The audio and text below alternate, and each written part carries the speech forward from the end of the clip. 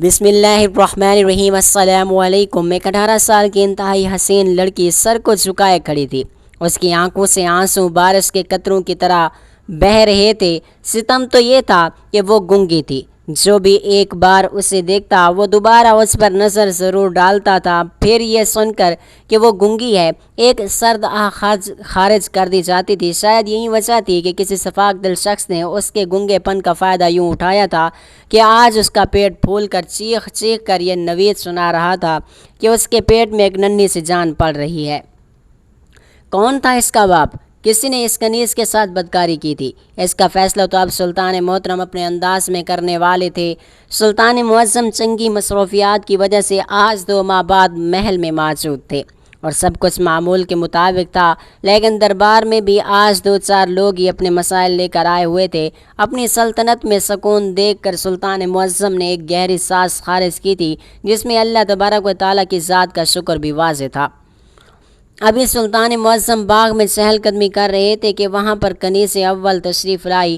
کچھ سی دوری پر کھڑے ہو کر تعظیماً سر کو جھکایا۔ سلطان محترم نے کنیز کو دیکھا تو قدم بہ قدم چلتے ہوئے وہاں پر آ گئے۔ کنیز کے سلام کا جواب دینے لگے اور کہنے لگے کہ کہو کیا خبر لائی ہو۔ کنیز اول جو کہ محل میں کام کرنے والی سبھی کنیزوں کی انچارج تھی اور سب کو ان کی ذمہ داری اور کام وہی بتایا کرتی تھی، سلطان کے سوال پر تھوڑی پریشان سی ہو گئی، تھوڑی گھبرائی ہوئی تھی۔ چہرے پر آیا پسینہ بار بار صاف بھی کر رہی تھی۔ ایسے لگ رہا تھا جیسے وہ کچھ کہنا چاہتی ہو لیکن کہہ نہیں پا رہی تھی۔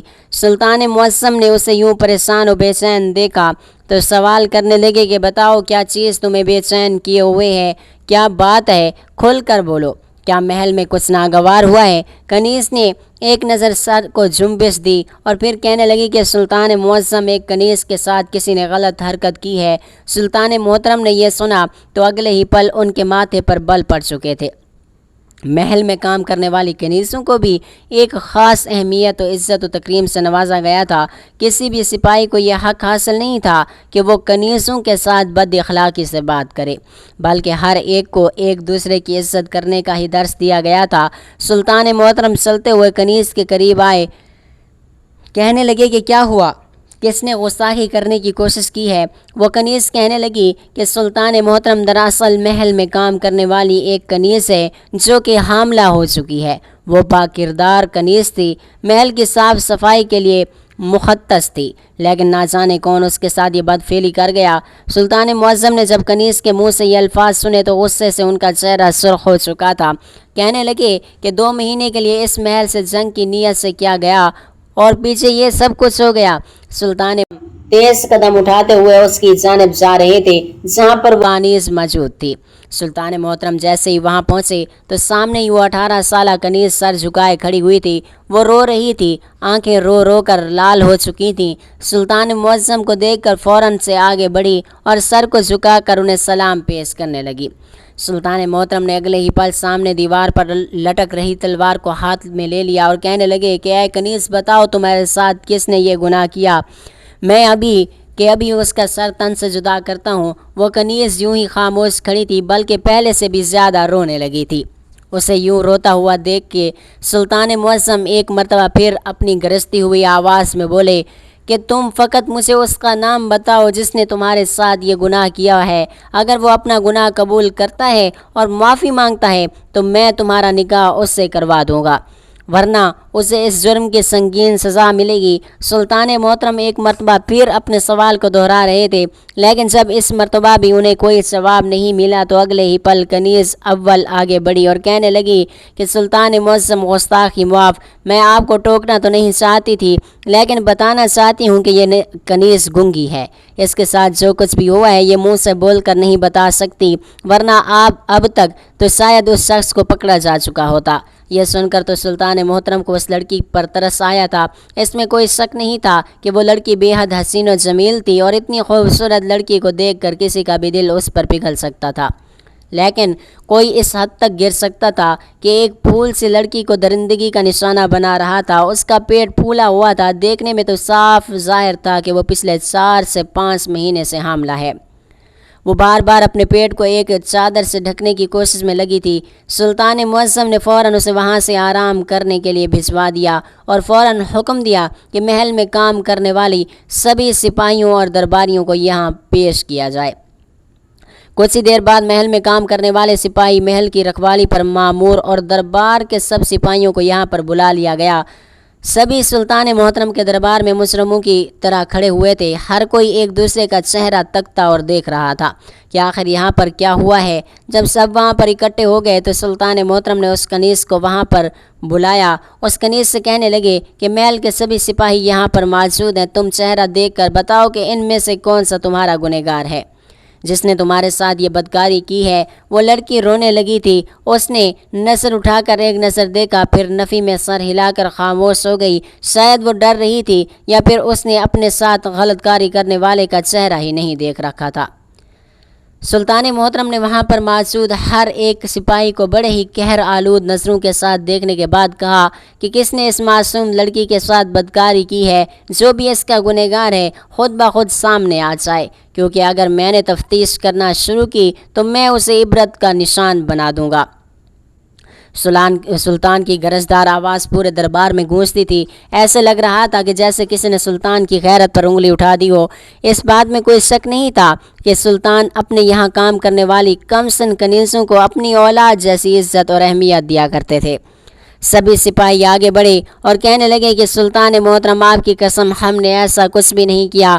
باری باری وہاں پر جتنے بھی سپاہی تھے، کوئی سلطان محترم کی قسم کھا رہا تھا تو کوئی ہاتھ جوڑ کر گھٹنوں کے بل بیٹھ کر کہہ رہا تھا کہ سلطان معظم ہم نے کچھ نہیں کیا، ہم قسم کھا کر کہتے ہیں کہ ہم نے کبھی اس کنیز کو میلی نظر سے بھی نہیں دیکھا۔ وہاں پر موجود سب سپاہی سر جھکائے کھڑے تھے۔ کہیں نہ کہیں خوف بھی تھا کہ نہ جانے ان کے ساتھ کیا ہونے والا ہے۔ سلطان محترم نے ایک نظر سپاہیوں کو دیکھا اور پھر ان کو سلطان معظم نے آخری مرتبہ تنبیہ کرتے ہوئے کہا کہ اگر تم لوگوں نے اصلیت نہ بتائی تو جب حقیقت کھل کر میرے سامنے آئی تو میں اس کو قید خانے میں ڈال دوں گا، اور پھر وہاں اس کے ساتھ جو کچھ ہوگا وہ سوچ بھی نہیں سکتا۔ لہٰذا جس نے بھی یہ گناہ کیا ہے وہ سامنے آ جائے تو اس کی سزا میں کمی ہو جائے گی۔ وہاں پر موجود سپاہی تو ڈر سے کانپنے لگے تھے، لیکن کسی نے بھی بہرحال گناہ قبول نہیں کیا۔ وہاں پر تو سینکڑوں سپاہی موجود تھے۔ آخر سلطان محترم کس پر الزام لگاتے؟ یہ بھی ڈر تھا کہ کہیں جلد بازی کے فیصلے میں کسی بے گناہ کو سزا نہ مل جائے۔ وہاں کھڑی 3 سپاہیوں پر سلطان محترم کو شک ہوا تھا، جو سپاہیوں کی قطار میں اپنا چہرہ چھپا رہے تھے، لیکن پھر شک کی بنیاد پر سلطان محترم الزام نہیں لگا سکتے تھے، اس لیے انہوں نے کچھ سوچا اور پھر وہاں موجود سب سپاہیوں کو وہاں سے جانے کا کہا۔ سبھی سپاہی وہاں سے جا چکے تھے، ربار خالی ہو چکا تھا۔ اس لڑکی کو بھی وہاں سے جانے کا کہا گیا اور خود کچھ ترکیب سوچنے لگے۔ کنیز اول کو وہاں پر بلایا اور اس سے سوال کرنے لگے کہ یہ کنیز کہاں جاتی ہے، کیا کرتی ہے، مجھے الف سے لے کر یہ تک سب کچھ اس کنیز کے بارے میں بتاؤ۔ اس گونگی کنیز جس کے ساتھ یہ سب کچھ ہوا تھا اس کا نام رقیہ تھا۔ کنیز اول سامنے کھڑی ہو گئی اور سلطان محترم کو اس کنیز کے بارے میں سب کچھ بتانے لگی کہ وہ صبح سے لے کر شام تک محل میں کیا کرتی تھی، اس کے ذمے کون کون سا کام تھا۔ سلطان محترم اپنی ٹھوڑی پر انگلی رکھے سب کچھ سنتے جا رہے تھے اور پھر اس کنیز کو وہاں سے جانے کا کہا۔ پھر سلطان محترم نے اس گونگی کنیز کو بلایا۔ رقیہ وہاں پر آ چکی تھی، سر کو جھکایا ہوا تھا۔ سلطان محترم نے اسے ایک گھڑا دیا جو بڑا ہی خوبصورت تھا۔ اتنا خوبصورت گھڑا تو شاید آج سے پہلے اس نے کبھی دیکھا ہو۔ گھڑے کو دیکھ کر اس کی آنکھوں میں چمک سی آ چکی تھی۔ وہ آگے بڑھ کر اس گھڑے کو اٹھانے لگی۔ سلطان محترم نے رقیہ سے کہا کہ جاؤ اور جا کر اس گھڑے میں میٹھا تازہ پانی بھر کر لاؤ، ہم اس گھڑے سے آج پانی پینا چاہتے ہیں۔ اس کنیز نے تعظیماً سر کو جھکایا، جبکہ پاس ہی کھڑی کنیز یہ دیکھ کر حیران ہو چکی تھی۔ شاید وہ کچھ کہنا چاہتی تھی لیکن سلطان محترم کے سامنے کچھ کہہ نہیں پا رہی تھی۔ اسے یوں ہڑبڑاتا ہوا دیکھ کر سلطان محترم اس کی جانب متوجہ ہوئے اس سے سوال کرنے لگے کہ اے کنیز کیا کہنا چاہتی ہو؟ काफ़ी हड़बड़ाई हुई लग रही हो, कनीज़ कहने लगी कि सुल्तान मोहतरम, बेशक आप हर चीज़ का इल्म हमसे बेहतर जानते हैं, हमसे ज़्यादा जानते हैं, लेकिन वो कनीज़ 5 माह से हामला है। अगर भारी घड़ा उठाकर लाएगी तो पहले ही वो बच्चा नाजायज़ है, लेकिन उसकी और बच्चे की सेहत पर असर पड़ सकता है। सुल्तान मोहतरम ने सुना तो अगले ही पल तनकीदी नज़रों से कनीज़ अव्वल को देखा था। फिर जैसे ही वो कनीज़ महल से बाहर निकली तो सुल्तान मोहतरम अपने सिपाहियों के साथ उस कनीज़ का पीछा करने लगे थे। पास ही मौजूद जंगल में एक नदी बहती थी। कहा जाता था कि उसका पानी बहुत ज़्यादा मीठा और शफाफ होता है। लोगों का भी यही कहना है कि गांव में मौजूद इस नदी का पानी जो भी पीता है वो कभी बीमार नहीं पड़ सकता। वो कनीज़ धीरे धीरे कदम उठाती आसपास देखती, इस बात से अनजान के सुल्तान मोहतरम उसका पीछा कर रहे हैं। रुकिया उस नदी तक आ चुकी थी। नदी पर आने के बाद वो वहाँ पर नदी में बैठी। सबसे पहले तो उसने घड़ा पानी से भरा था। वो नदी के इस हिस्से में गई जहाँ से पानी बहकर पत्थरों से नीचे आ जाता था। वहाँ से उसने ताज़ा ताज़ा पानी से घड़ा भर लिया था। पानी भरने के बाद उसने घड़ा जैसे तैसे बामुशक्कत उठाकर नदी के किनारे पर आकर रखा। अब घड़े का मुंह उसने ढांप दिया था और फिर खुद उस पानी को देखने लगी। वहाँ पर बिल्कुल खामोशी थी और रुकिया के अलावा वहाँ पर कोई भी मौजूद नहीं था। आसपास एक नज़र दौड़ाने के बाद जब उसे वहाँ पर किसी की मौजूदगी महसूस ना हुई तो वो कनीज़ धीरे धीरे चलते चलते उस जानिब को आ गई जहाँ पर पानी बहता हुआ जा रहा था। नदी के इस हिस्से में वो पाँव लटका कर बैठ गई। ऐसा करते हुए उसने अपनी पिंडलियों को नंगा कर दिया। कितनी देर वो इस हालत में पानी में बैठी रही और कुछ ही देर बाद उसने जो कुछ वहाँ पर किया, सुल्तान मोहतरम अपनी आंखें बंद कर चुके थे। सिपाही तो अपना सर झुका चुके थे। सबके कानों की लौ तक सुर्ख हो चुकी थी। वो कनीज़ बिल्कुल बेलिबास हो चुकी थी। उसने अपने वजूद पर एक कपड़ा भी नहीं पहन रखा था। कपड़ों को नदी किनारे रखकर इस पानी में बैठ चुकी थी। जिस तरह पानी में वो तैर रही थी, ऐसे लग रहा था जैसे वो तैराकी में माहिर हो। सुल्तान ने हाथ का किया तो वहां से सिपाही जा चुके थे। सुल्तान मोहतरम अपनी नज़रों का बदल चुके थे। वो यहाँ पर ये देखने के लिए आए थे कि आखिर ये कनीज़ यहाँ पर आने के बाद क्या करती है। दरअसल कनीज़ अव्वल ने बताया था कि इस कनीज़ को इस नदी से पानी लाने के लिए भी भेजा जाता था, क्योंकि यहाँ पर इस नदी का पानी बहुत मीठा और शफाफ होता है और पहाड़ों से निकल कर आता है। इसलिए वही पानी सुल्तान और मलका के पीने के लिए इस्तेमाल किया जाता था। वो लड़की कितनी ही देर वहाँ पर बहते पानी में गुस्ल करती रही। फिर अपना लिबास वजूद पर पहनने के बाद मुड़ने लगी तो अचानक वहाँ पर घोड़े सवार पर एक नौजवान आ गया। सुल्तान मोहतरम एक झाड़ियों के झुंड के पीछे छुपे ये सब कुछ देख रहे थे। उसके बाद जो कुछ वहाँ पर हुआ वो नाकाबिल यकीन था। सुल्तान मोहतरम कुछ देखते रहे और फिर रुकिया के महल पहुँचने से पहले वो वापस महल में आ चुके थे। रुकिया वो घड़ा अपने सर पर रख कर ला रही थी। लाकर उसने वो घड़ा सुल्तान मोहतरम के सामने रखा और कुछ दूरी पर जाकर खड़ी हो गई। सुल्तान मोहतरम ने फ़ौरन सिपाहियों को हुक्म दिया कि जाओ और जाकर इस कनीज़ के घर वालों को यहाँ पर लेकर आओ। घर वालों का सुनना था कि रुकिया के चेहरे की रंगत उड़ चुकी थी। वो सोचने समझने से कासिर थी कि सुल्तान उसके वालिद को क्यों बुला रहे हैं। कुछ सी देर के बाद वहाँ पर उस गूंगी लड़की के वालिदैन आ चुके थे। जैसे ही वहाँ पर आने वाली एक औरत ने रुकिया का पेट फूला हुआ देखा तो उसकी आंखों में गुस्सा दिखाई देने लगा। बार बार अपने शौहर का बाजू खींच कर कह रही थी कि ये रुकिया को क्या हुआ है, इसका पेट क्यों इतना सूजा हुआ है, ये इतनी भारी भारी क्यों लग रही है। रुकिया अपने माँ बाप को देखकर कनीज़ अव्वल के पीछे छुप चुकी थी, गोया अपने वालदैन से डर रही हो। जैसे ही वालदैन को ये पता चला कि उनकी बेटी हामला है तो अगले ही पल रुकिया की वालदा ने गुस्से से उसे मलामत करना शुरू कर दिया। आगे बढ़कर उस औरत ने रुकिया को बाजू से पकड़ा और गुस्से से झिंझोड़ कर कहने लगी कि क्या कर दिया तुमने, ये क्या कर दिया, तुम इस कदर आगे निकल जाओगी, मैंने कभी सोचा भी नहीं था। अरे क्या कमी रह गई थी मेरी तरबियत में, मुझे तो लगा था कि तुम सुल्तान मोहतरम के महल में जाकर काम करोगी तो 4 पैसे इज्जत के कमा कर लाओगी, हमारा पालन अच्छे से हो जाएगा, लेकिन तुम तो यहाँ पर बदकारी करती फिर रही हो। सुल्तान मोहतरम, यह सब कुछ क्या है कि आपके महल में कनीज़ों के साथ इस कदर घिनौना खेल खेला जाता है। उस औरत की हाजिर दिमागी पर तो एक मर्तबा सुल्तान भी हैरान हुए। बग़ैर बग़ैर न रह सके थे। आज तक किसी में इतनी ज़रूरत नहीं हुई थी कि सुल्तान मोहतरम के सामने इस तरह के अल्फाज इस्तेमाल कर सके, मगर सुल्तान मोहतरम ने उस औरत के साथ बग़ैर किसी तासुर के एक बात की थी।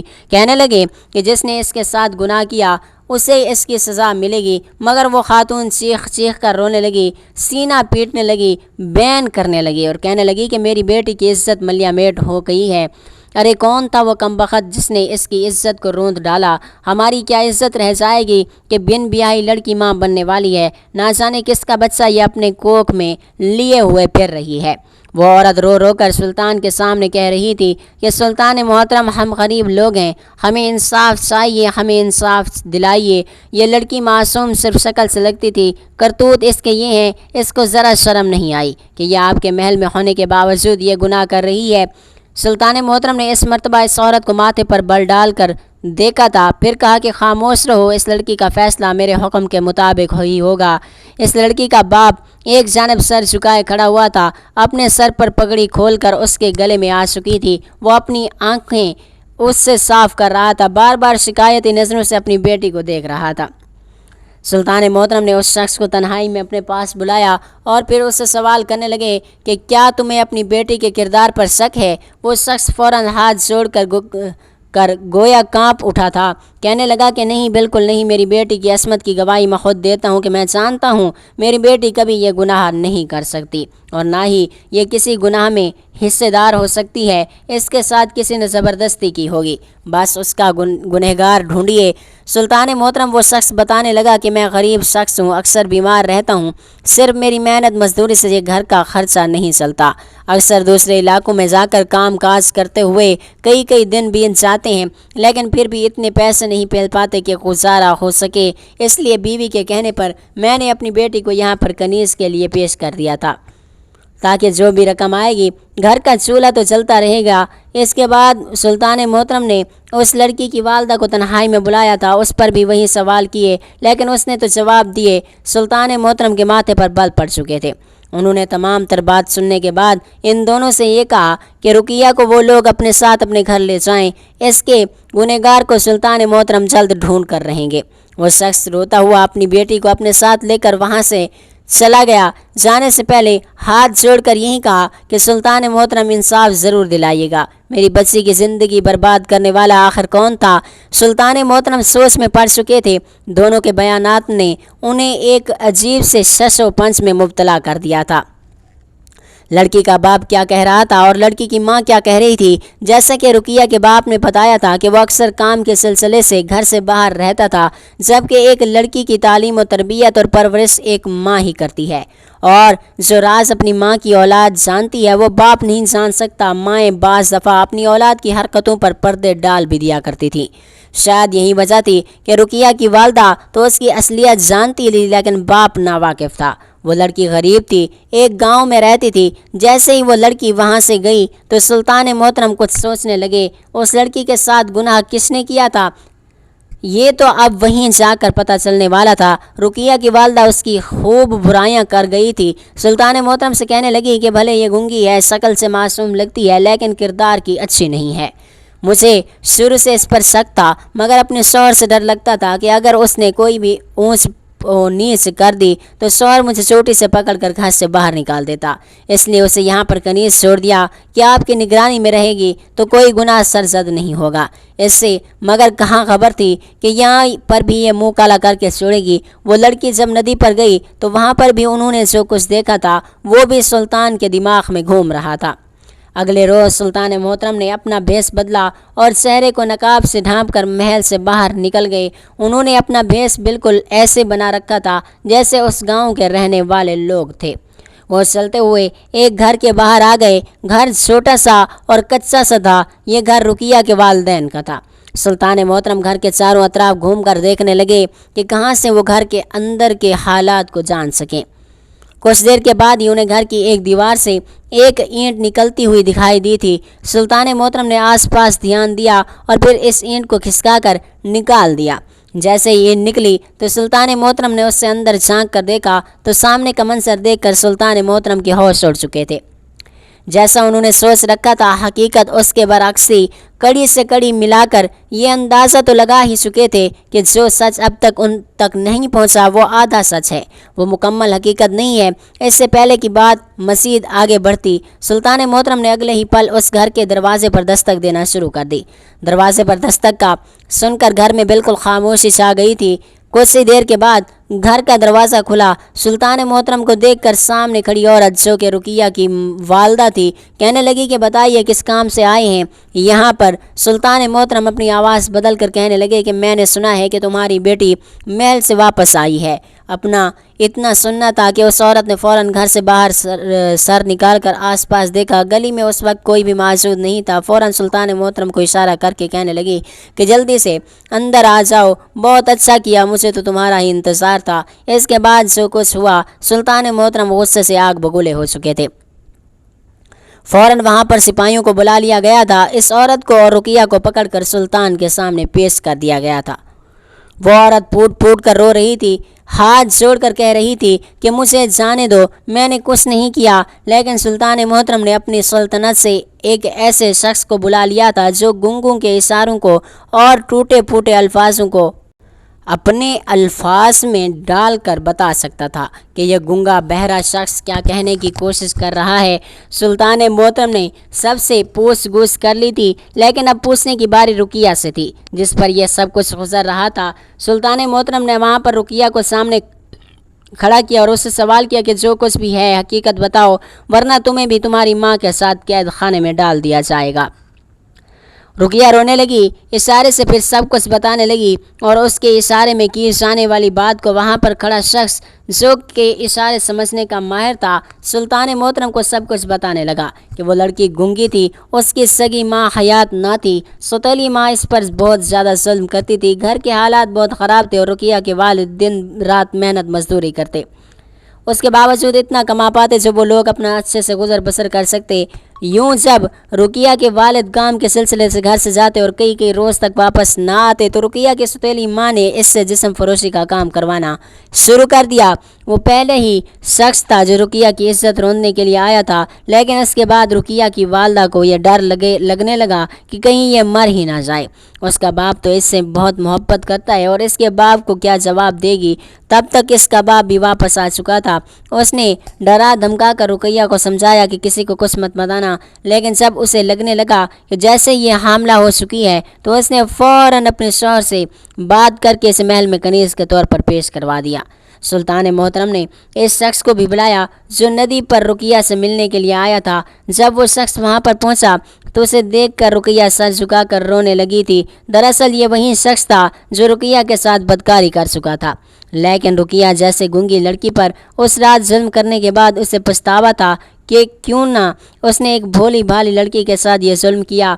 उसने दोबारा रुकिया के सौतेली माँ से बात करना चाही। वो माफ़ी मांगना चाहता था, निकाह की भी पेशकश की कि मैं रुकिया से निकाह करना चाहता हूँ, मगर उसकी सौतेली माँ ने इसकी पेशकश को कबूल नहीं किया था, क्योंकि रुकिया कनीज़ी के लिए दी जा चुकी थी। यूं जब उसने एक मरतबा रुकिया को नदी से पानी भरकर लाते हुए देखा तो वहाँ उससे माफ़ी मांगने के लिए चला आया था। ऐन उसी वक्त सुल्तान मोहतरम ने भी देख लिया था। सुल्तान मुअज़्ज़म ने सारा वाक़या सुना तो रुकिया की सौतेली वालदा को कैद खाने में डाल दिया गया। रुकिया के वालिद ने भी अपनी बीवी को तलाक दे दी। जब रुकिया का निकाह उस शख्स से करवा दिया गया जिसने उसके साथ ये गुनाह किया था, निकाह के बाद जब सुल्तान ने रुकिया को ज़ारो कतार रोते हुए देखा तो उससे पूछा कि अब तुम क्यों रो रही हो, क्या तुम इस तरह से निकाह करके खुश नहीं हो? तो रुकिया ने कहा कि नहीं सुल्तान मुअज़्ज़म, मैं बहुत ज़्यादा खुश हूँ। असल में बात यह है कि अल्लाह पाक ने मुझे एक बहुत बड़ा गुनाह करने से बचा लिया। सुल्तान ने कहा कि क्या मतलब? रुकिया ने कहा कि मेरी सौतेली वालदा ने मुझे हामला होने के बाद कहा था कि मैं ये इल्ज़ाम आपके किसी बेटे पर लगाऊँ कि आपके किसी बेटे ने रात की तारीकी में मेरे साथ ज़बरदस्ती की ये गुनाह किया है, ताकि मैं हमेशा हमेशा के लिए महल की इज़्ज़त बन जाऊँ। एक वक्त पर मैं ये काम करने के लिए राज़ी भी हो गई थी और मेरी माँ ने ये बहाना बनाया था कि आपका बेटा ईद उल अज़हा की नमाज अदा करने के बहाने मुझे बुला कर ले गया था और तन्हाई का फ़ायदा उठाकर उसने मेरे साथ ये गुनाह किया। کیونکہ میری ماں کی یہ سوچ تھی کہ سلطان اس معاملے کو محل میں ہی دبا کر حل کر دیں گے، کیونکہ اگر یہ معاملہ باہر نکلا تو اس سے ان کی بدنامی ہوگی، لیکن پھر میرا ضمیر نہیں مانا اور اللہ نے مجھے اس گناہ سے بچا لیا۔ سلطان نے کہا کہ تمہاری والدہ نے جو کیا وہ اس کا انجام بھگتے گی، اللہ کسی بے گناہ پر ظلم نہیں کرتا۔ اس کے بعد سلطان نے اسے لاکھوں دعائیں اور سونے کی ایک تھیلی دے کر یہاں سے رخصت کر دیا۔ اللہ تعالیٰ آپ سب کا حامی و ناصر ہو۔ اللہ حافظ۔